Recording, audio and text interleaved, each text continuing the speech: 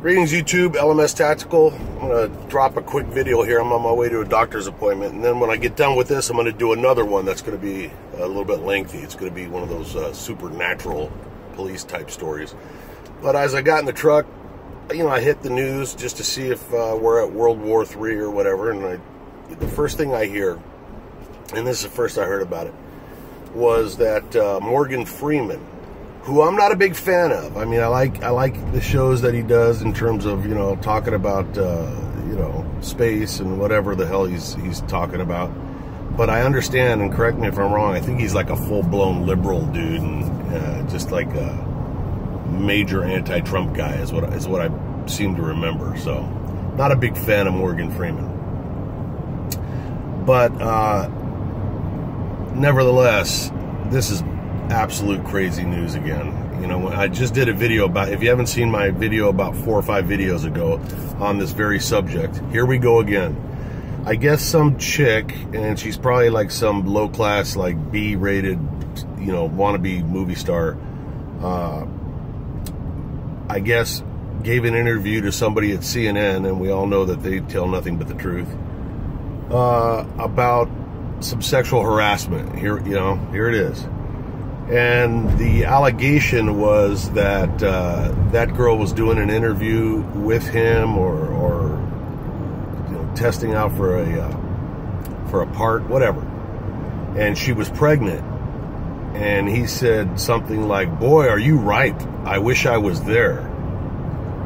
And as a result of that statement, Morgan Freeman's lost already his endorsements by Visa, the credit card company. So we're guilty now until we're proven innocent. When did this country start doing that? I mean, I know that whenever a cop does something, that the citizens just automatically assume they're guilty of everything. But forget the cops. I can't believe that a company would immediately do something that drastic based on an allegation. And this supposedly happened years and years ago, as usual. Of course, Morgan Freeman, via his attorney, has denied everything and said that they were talking about somebody else that was pregnant and or thought she was pregnant and turned out not to be, or something. And he said, "Man, I wish I would have been there, like when the news came out that she wasn't pregnant," something like that. So at the very, at the least, it was a misunderstanding, and at the worst, he said it. Who cares? These money-hungry, alleged women who sit around and they just think to themselves, "Who do I know that's got money?" And then when they finally come up with somebody that they've interacted with in their life that has fame and fortune, they immediately have to start thinking back to, now, how can I get a sexual harassment claim out of this so that I can advance my failing career, get a little bit of fame, and maybe even perhaps get an out-of-court settlement and destroy this guy while I'm in the process. You women out there that do this, if by chance you stumbled onto this video, I hope the herpes god pays you a visit and gives you full-blown stage 10 herpes on your freaking lips, nose, and eyelids. What is wrong with you greedy people with no conscience? It's pathetic, man. Any woman that